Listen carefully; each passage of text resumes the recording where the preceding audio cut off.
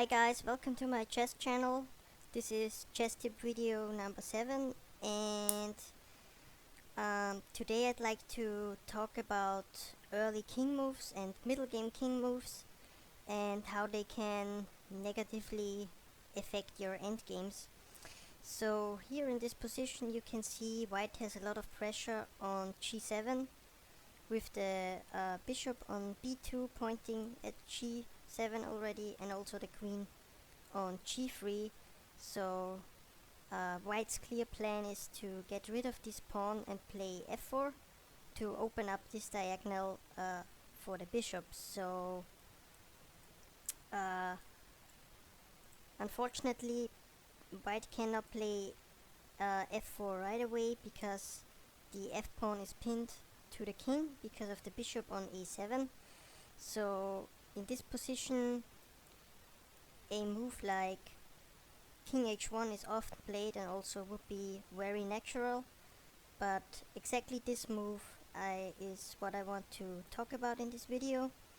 So it seems quite logical to do this and to prepare f4,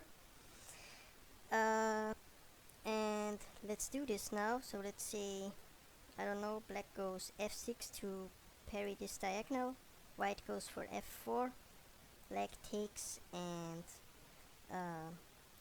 not sure, I think white would take with the queen here to protect this pawn. And now you have this king on h1, which basically comes with two problems. One obvious is that there might be some back rank problems later, so you might have to push one of these pawns and weaken your king further. And the other problem is if in a position like this it comes to an endgame with only kings and pawns left, then this king would be a lot more worse than the black king on g8 is.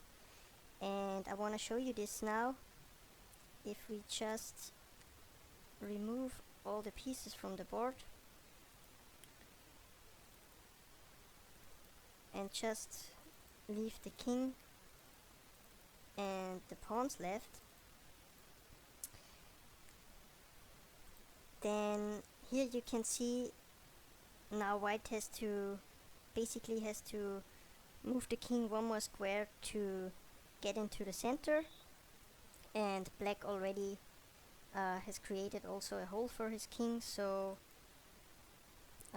if we move on here, you can see that the black king is in the center a lot faster than the white king due to this king h1 move. And now it basically looks like this endgame is winning for black. So that's basically what I wanted to tell you with this video.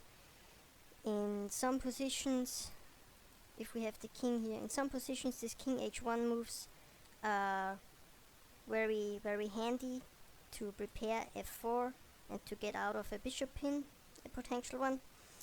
But always keep in mind, if you do this, the king and pawn endgame might be a little bit worse for you because your king takes much longer to come into the center than your opponent's kings. So this was basically what I wanted to tell you with this video.